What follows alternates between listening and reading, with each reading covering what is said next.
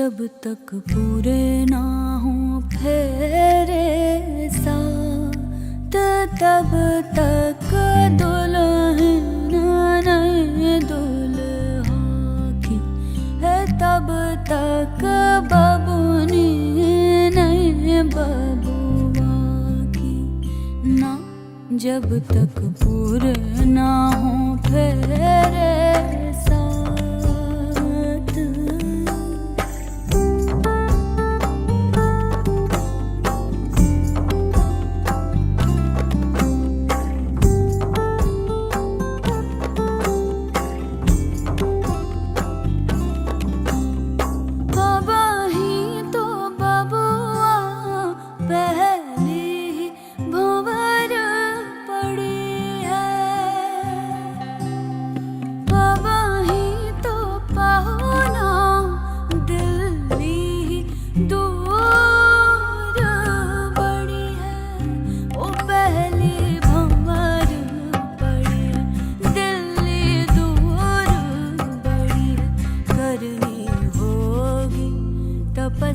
सारी रात, जब तक पूरे ना हो फेरे साथ, तब तक दुल्हन नहीं दुल्हा की है, तब तक बबुनी नहीं बबुआ की ना।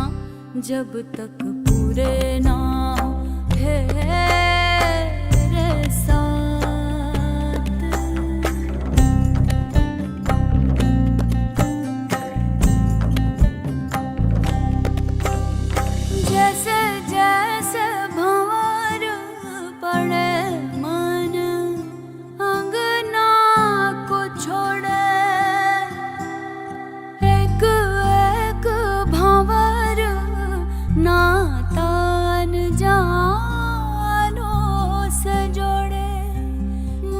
घर अंगनों को छोड़े, अनजानों से नाता जोड़े, सुख की बदरी आंसू की बरसात,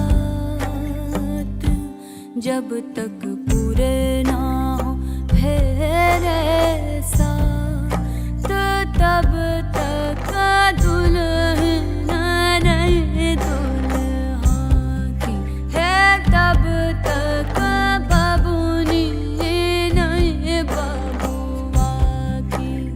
ना। जब तक पूरे ना हो फेरे साथ।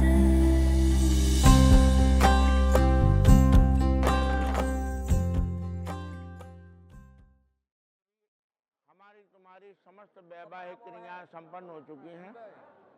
तुम्हारे पिताजी ने लग्न पत्रिका भेजी, इसके पश्चात हम तुम्हारे दरवाजे पर आए, हमारा तिलक किया गया। मीठा मीठा जो आपको यानी मधुपर्क कराया था, दही गुड़ खिलाया था, ये मधुपर्क कहलाता है। मधुपर्क भी कराया और हमारी तुम्हारी परिक्रमाएं भी संपन्न हो चुकी हैं। इसलिए आप हमारे वाम भाग जो है वाम अंग आइए।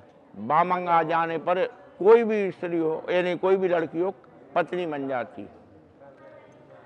तो उस समय मैया पार्वती जी ने कहा है, बोले प्रभु यदि आप कहते हैं कि हमारे पिता ने लग्न पत्रिका भेजी, हम तुम्हारे दरवाजे पर आए, हमारा तिलक हुआ, तो बोले जब किसी भी मेहमान को अपने घर बुलाया जाता है पैसे उसे चिट्ठी भेजी जाती है, निमंत्रण कार्ड उसको भेजा जाता है, फिर दरवाजे पर आता है, पूज्य है तो उसका सम्मान किया जाता है, मीठा मीठा भोजन भी कराया जाता है। शायद हो सकता है हमारे पिताजी ने आपका सम्मान इसलिए किया हो कि आप हमारे मेहमान हैं, और यदि आप मुझे पत्नी रूप में स्वीकार कर, यज्ञशालाओं में मंदिरों में हजारों स्त्री पुरुष एक साथ परिक्रमा करते हैं, इस तरह से कोई किसी की पत्नी नहीं बनता है। यदि आप मुझे पत्नी रूप में स्वीकार करना चाहते हैं तो 7 वचन दें। पहला वचन क्या मांगा? तीर्थ वृत्योद्यापन यज्ञ दानम मया सह तुम कांच कुरिया वामांग मायामी तदा तुझयम ब्रवीत वाक्यम प्रथम कुमारी। आज से आपका वैवाहिक जीवन प्रारंभ होता है।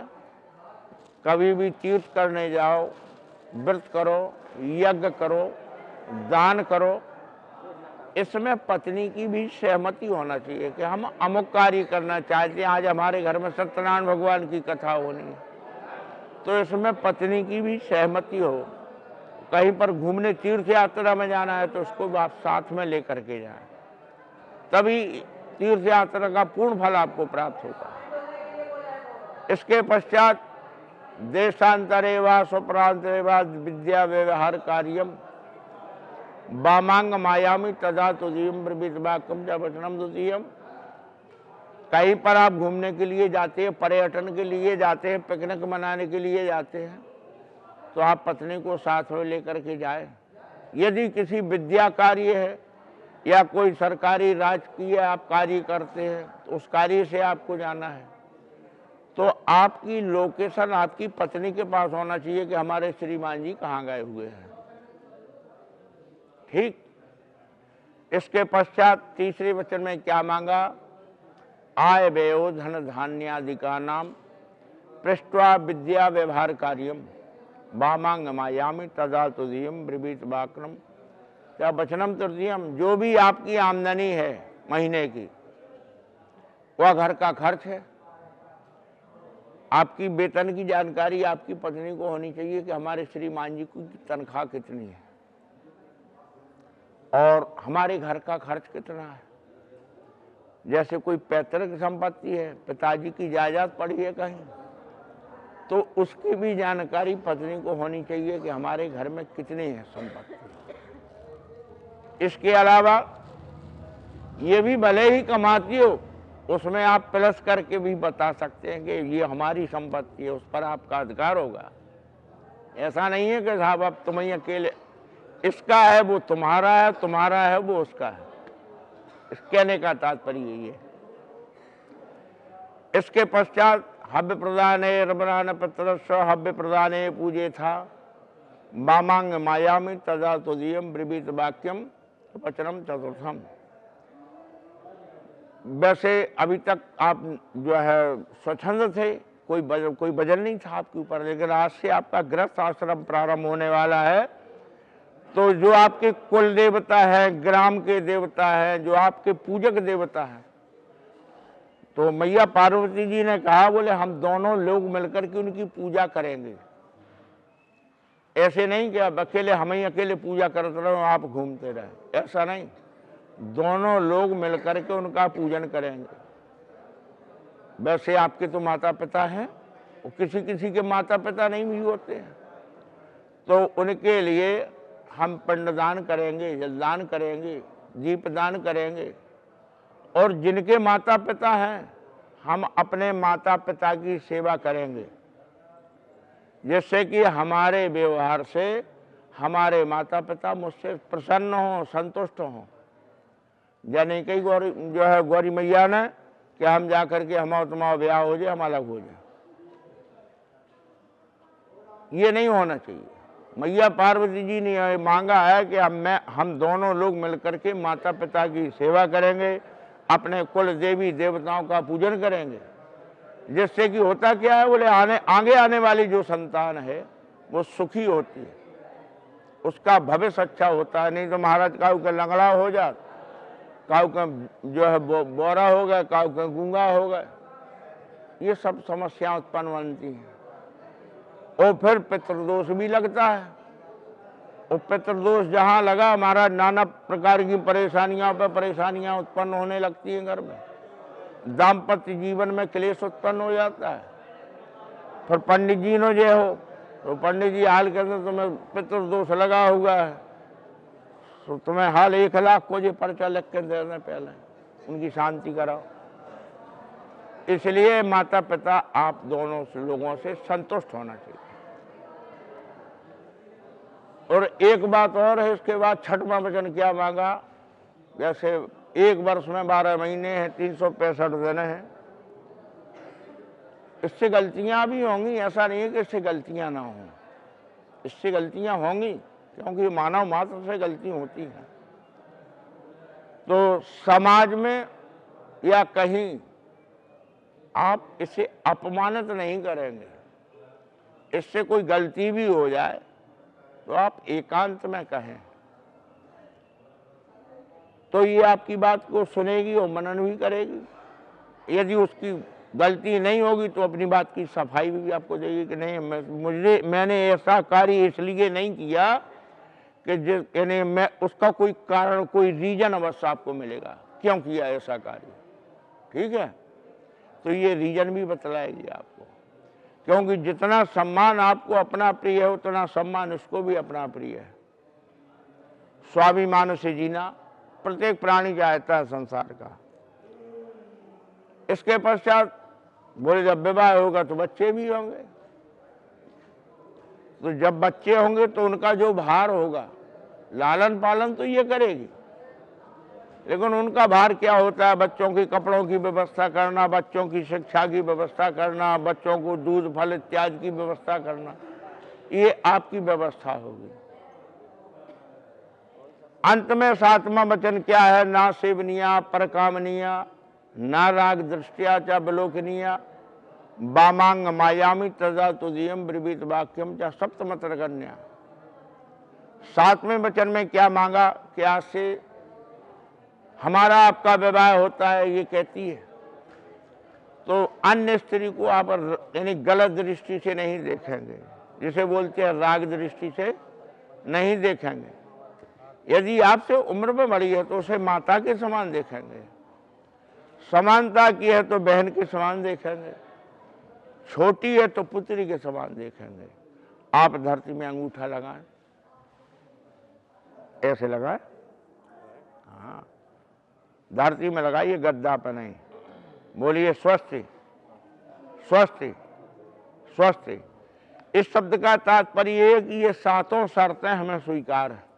बैठ जाइए अपनी आसन पे। इसके पश्चात भगवान शंकर ने कहा, देवी हमने तो तुम्हें 7 वचन दिए, बोले कुछ हमारी भी शर्तें हैं, उन्हें तुम ध्यान पूर्वक सुनो।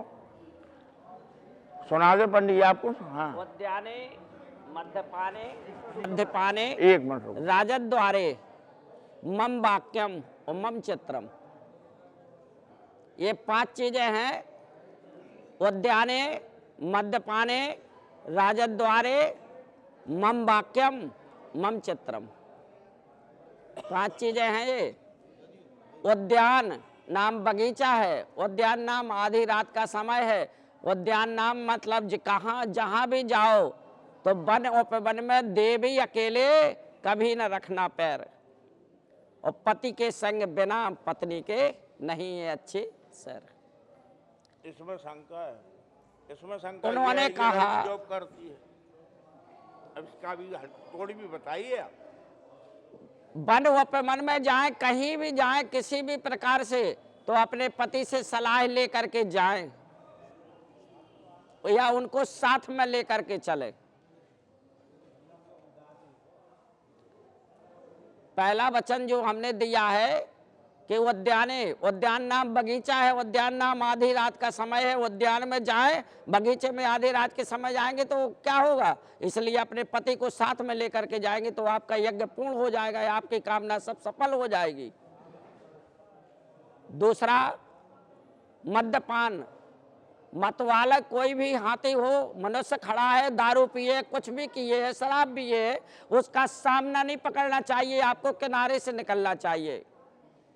दूसरा वचन है, सुरा सेवियों मतवालों से करना कभी न बात, और कुसंगियों की सत्य संगत में नाना विधि उत्पात।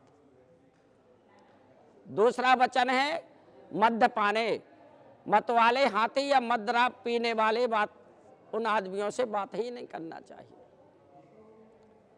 तीसरा वचन है, मम, पहला उद्याने, दूसरा मद्यपाने, तीसरा पितर के ही राजद्वारे, राजा के दरबार में जाएं तो अपने पिता के गृह में जाएं, तो जब तक आपके पतिदेव आज्ञा प्रदान ना कर दें तब तक आप अपने घर भी जाने की अनुमति ना करें। आपके पतिदेव आपको नीक सलाह दे रहे हैं, शंकर भगवान ने पार्वती जी को, सती जी को कहा कि आप अपने पिता के घर में, तुम्हारे में यज्ञ हो रहा है, हवन हो रहा है, विमान जा रहे हैं, हमें सब कुछ पता है, लेकिन हमें कार्ड तो नहीं दिया, हमें न्योता तो नहीं दिया। तो प्रथम भवन में पहुंची भवानी, सब सखी बैठे, तब मुख से नहीं बोली। दूजे भवन में पहुंची भवानी, सब सखा बैठे, पर पतिदेव नाही। तीजे भवन में पहुंची भवानी, तो यह देख अग्नि में कूदी भवानी, अग्नि में प्रवेश कर जाती है। और सती जी कहती है कि इस मेरे पतिदेव का ये अपमान मैं सहन नहीं कर सकती हूँ।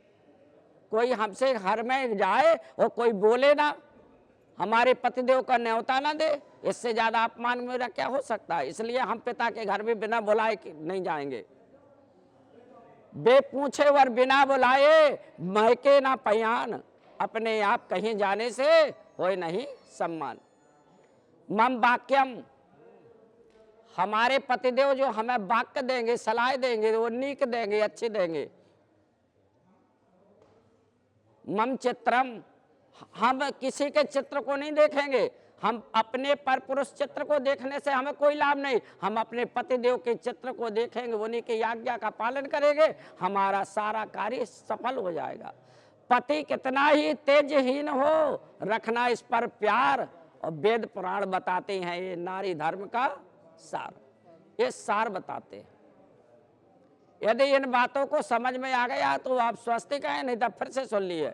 उद्यान सिया जब जात भई, तब रावण लंकपति हर ले आयो। उद्यान नाम बगीचा में सीता जी थी, कहां से हरण हुआ? सीता जी का बगीचे से।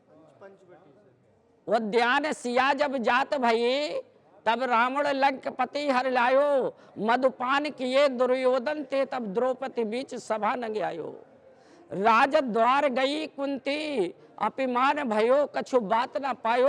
और दक्ष के यज्ञ सती जो गई, तो पति के अपमान से दे जलायो। बोलिए शंकर भगवान की जय, बोलो पार्वती मैया की जय।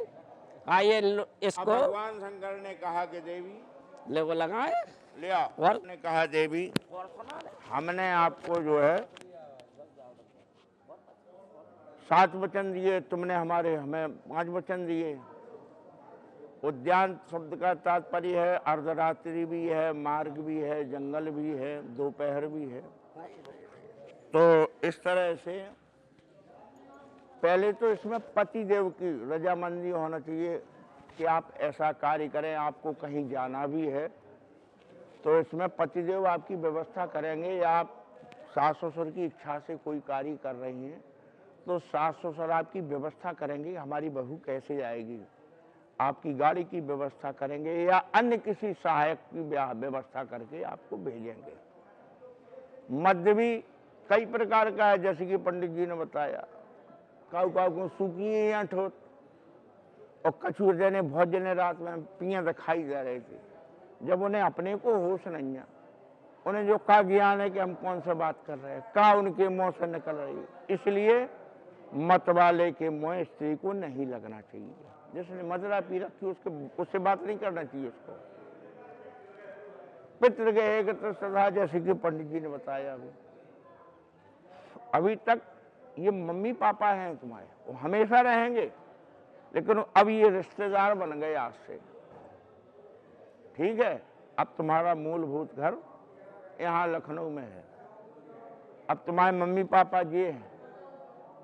क्योंकि स्त्री के जीवन में कई मोड़ आते हैं। जिस समय बाल्य अवस्था होती है उस समय माता पिता के जो है उसमें अनुपालन में रहती है कन्या। विवाह होने के पश्चात पति के अनुकूल हो जाती है। जब संतान हो जाती है, बच्चे हो जाते हैं, बड़े हो जाते हैं, उस समय बच्चों के अधीन हो जाती है। ठीक है, इसलिए स्त्री का जीवन हमेशा बदलता रहता है, पुरुष का कभी नहीं बदलता है। तो अब ये तुम्हारे रिश्तेदार तुम्हें, तुम्हारे घर वालों के, तुम्हारे जैसे सास हैं, ससुर हैं, इनको यदि ये सम्मान देंगे तब तो तुम्हारा जाना अनुकूल बनता है। यदि ये तुम्हारे सास ससुर का अपमान कर रहे हैं या श्रीमान जी का अपमान कर रहे हैं तो तुम्हें अच्छा लगेगा? नहीं लगेगा। इसलिए पितृगेह गतस्तथा मम चित्तम पंडित जी ने कहा मम चित्तम मम वाक्यम, सास ससुर गुरु सेवा करे हु। सास ससुर गुरु ये सेवा से प्रसन्न होते हैं। और पति का ऐसे प्रसन्न हो, पति रुख लख आयसो अनुसरहु। तुम अपनी इच्छा पति की इच्छा में मिला दोगी। जैसे कि तुम यानी जीवन की गाड़ी के दो पहिए हैं, पति और पत्नी। ये तो अच्छी बात है कि तुम भी जॉब करती हो भाई, अब एक वेतन आती, अब तुम्हारी भी जोड़ेगी, उसमें तो डबल हो जाएगी, नहीं हो जाएगी, तो और अच्छा कार्य होगा घर का। यदि इनकी इच्छा है कि हमें अमुक वस्तु खरीदनी है, कोई चीज खरीदनी है, तो तुम्हारा धर्म है कि इनकी अनुकूलता में अपनी अनुकूलता मिलाओ कि हाँ ऐसा काम कर लो। लेकिन तुम्हें उसमें ये भी सोचना है ऐसा तो नहीं हमारे श्रीमान जी कोई गलत निर्णय भी ले रहे हो, तो इन्हें तुम पावर से रोक तो नहीं सकती हो, लेकिन उसमें तुम अपना मत रख सकती हो कि वैसे ऐसा कार्य करने में अमुक प्रकार की हानि हो सकती है। ठीक, इसलिए इन्हें तुम्हारे संबल की आवश्यकता है, इन्हें सेवा की आवश्यकता नहीं, क्योंकि ये तुम्हारी हम उम्र के हैं। मम चित्तम मम वाक्यम, पति के वचनों का अनुपालन भी होना चाहिए, और पति पत्नी एक दूसरे के पूरक होते हैं। यदि तुम इनकी हमेशा बात मानो, यदि तुमने कोई अपना प्रस्ताव रखा हो ये ना माने, तो वहाँ प्रतिकूलता हो जाएगी, नहीं हो जाएगी, तनाव भी हो सकता है। इसलिए तुम दोनों का धर्म है एक दूसरे की सलाह से कोई कार्य करो। और कभी स्त्री को पर पुरुष की प्रशंसा नहीं करना चाहिए। जैसे गांव में कोई दूल्हा आता है या किसी का पति है, तो उसकी सुंदरता का बखान ज़्यादा करती हैं स्त्रियाँ। स्त्रियों को कभी पर पुरुष की प्रशंसा नहीं करना चाहिए। जैसे कि गांव में कोई अच्छे कथावाचक आते हैं, अच्छे पंडित जी आते हैं, तो स्त्रियाँ उनकी प्रशंसा करती हैं।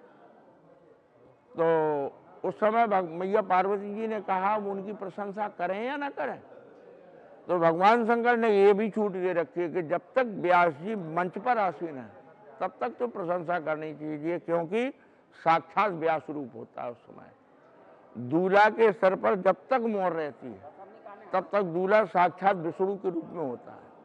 उस समय तक तो प्रशंसा करना चाहिए, अन्य हमेशा नहीं करना चाहिए।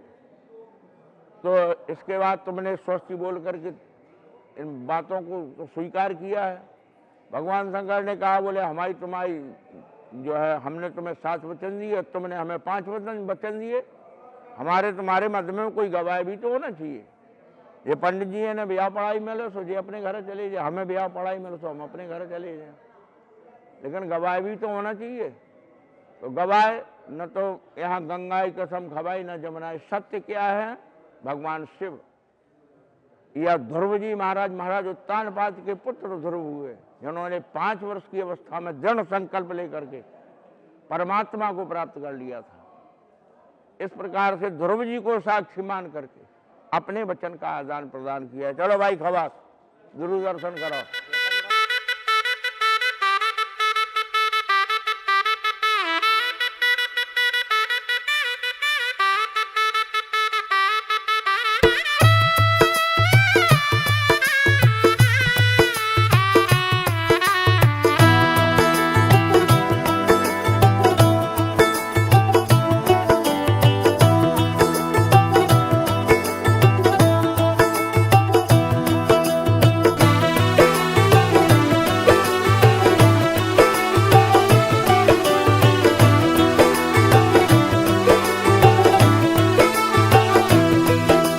आज से तेरी सारी गलियां मेरी हो गई, आज से मेरा घर तेरा हो गया।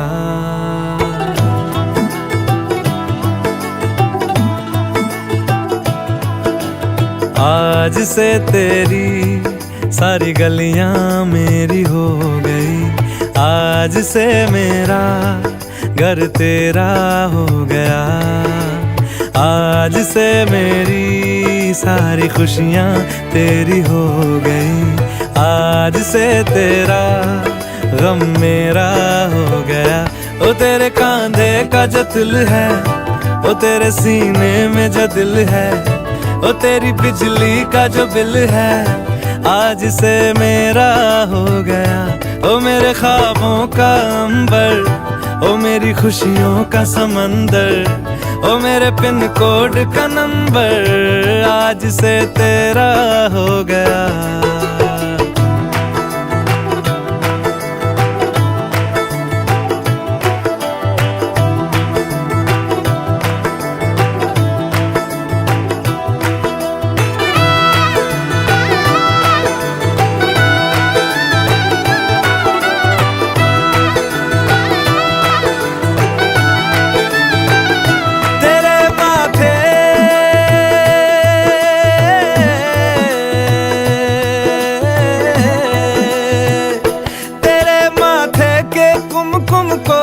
तिलक लगा के घूमूंगा, तेरी बाली की चुन चुन को मैं दिल से लगा के झूमूंगा। मेरी छोटी सी भूलों को तू नदिया में बहा देना, तेरे जूड़े के फूलों को मैं अपनी शर्ट में पहनूंगा। बस मेरे लिए तू मालपुए कभी कभी बना देना। आज से मेरी सारी रतियां तेरी हो गई, आज से तेरा दिन मेरा हो गया। तो तेरे जब तक सलिल रहे गंगा में तब तक गंगा की धार बहे, जब तक सलिल रहे गंगा में तब तक गंगा की धार बहे, जब तक रहे देवेंद्र भारती का अमर सुहागी रहे। वो बने रहे ये बनी रहे, वो बनी रहे ये बनी रहे, बस भगवान से यही कामना है कि ये जोड़ी चिरंजीव रहे। मंगलम भगवान विष्णु मंगलम गरुड़ध्वज मंगलम गरुड़ाक्षाय मंगलाय तनो हरि। बोलिए आनंद कंद सच्चिदानंद भगवान की जय, बोलिए राधा कृष्ण भगवान की जय। बातें तेरी मेरी जो हुई शुरू तो बात बन गई, ख्वाबों से भरी फिर है हमारी रात बन गई। आ चले कहीं वादियों में हम, तारों को सुनाए दास्तां। जब से हम मिले एक दूजे से, ना रहा जहां से वास्ता। तू इश्क है तू सुकून है मेरा, मैं चांद तू आसमां। तू ही सफर हम सफर तू मेरा, तू जश्न दिल का हुआ। इश्क है तू सुकून है मेरा, मैं चांद तू आसमां। तू ही सफर हम सफर तू मेरा, तू जश्न दिल का हुआ।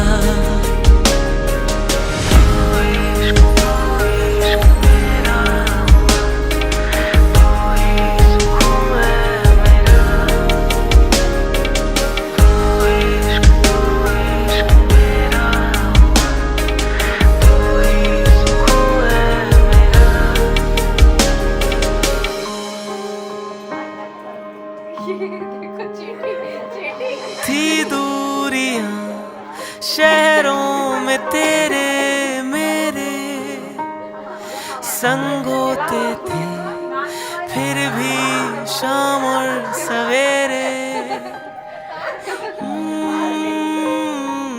डरते थे तुम हाँ पास होने से मेरे, देखो मगर किस्मत में है साथ फेरे। शरारतें तेरी वो प्यारी प्यारी, जाऊं तुम पे मैं वारी वारी।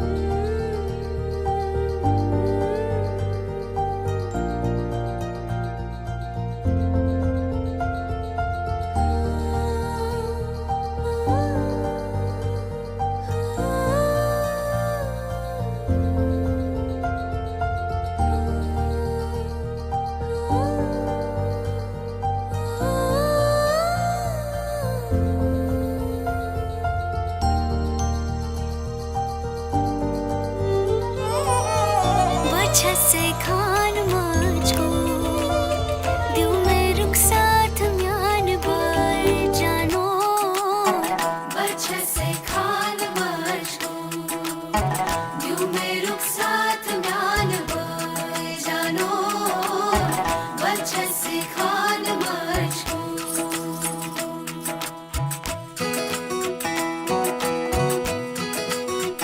इकबाल सही हर सही और ये सही उंगली पकड़ के तूने चलना सिखाया था ना दहलीज ऊंची है ये पार करा दे बाबा मैं तेरी मलका टुकड़ा हूँ तेरे दिल का एक बार फिर से दहलीज पार करा दे मुड़ के ना देखो दिलबरो दिलबरो मुड़ के ना देखो दिलबरो मुड़ के ना देखो दिलबरो दिलबरो मुड़ के ना देखो दिलबरो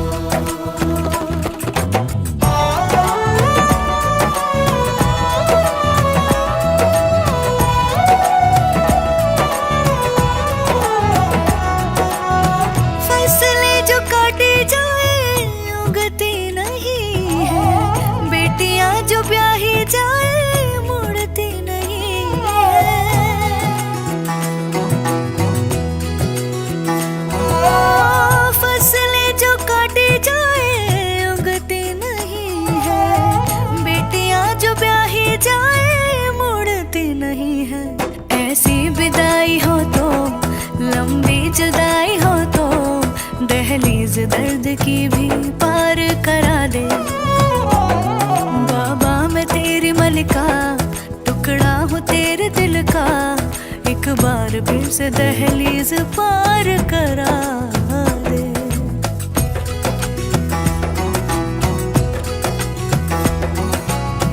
मेरे दिल बरो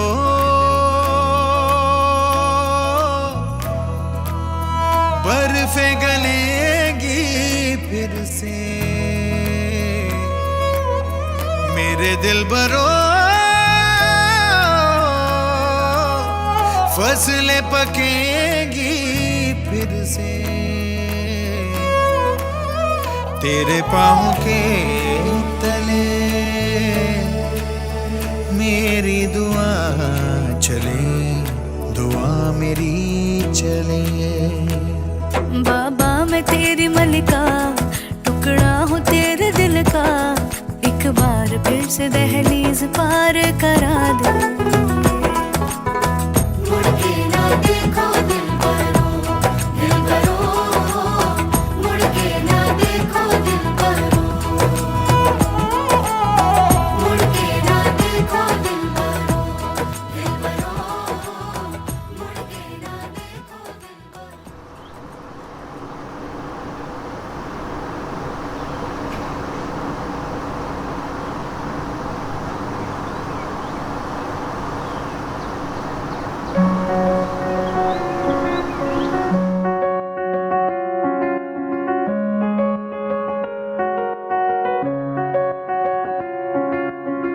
कहीं मिलती सी अखियों में छुपे हुए वादों से हम बिन कहे कुछ लम्हों को करते हैं आधे से हम।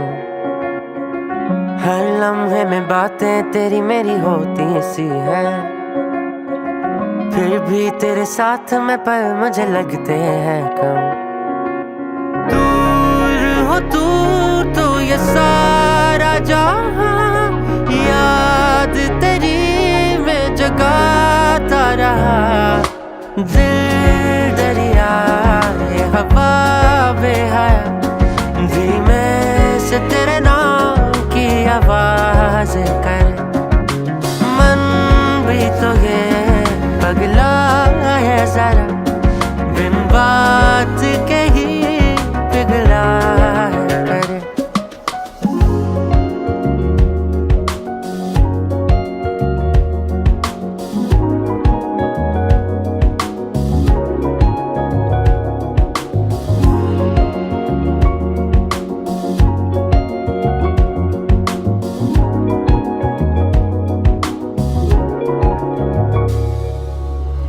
कभी याद में तेरी मेरा मन यूं ही तरसा सा है, फिर रात से बात ये तेरी मेरी करता सा है। तेरे ख्वाब दिखा के मन से ये खेले रतिया, जिस रात में बात नहीं दिल करता सा है। तेरे ही ना रात का समा, तारे भी मांगे है दिल का बयां। दिल दरिया ये हवा बेहया, धीमे से तेरे नाम की आवाज करे। मन भी तो ये पगला है जरा, बिन बात के ही पिघला है करे। दिल दरिया ये हवा बेहया, धीमे से तेरे नाम की आवाज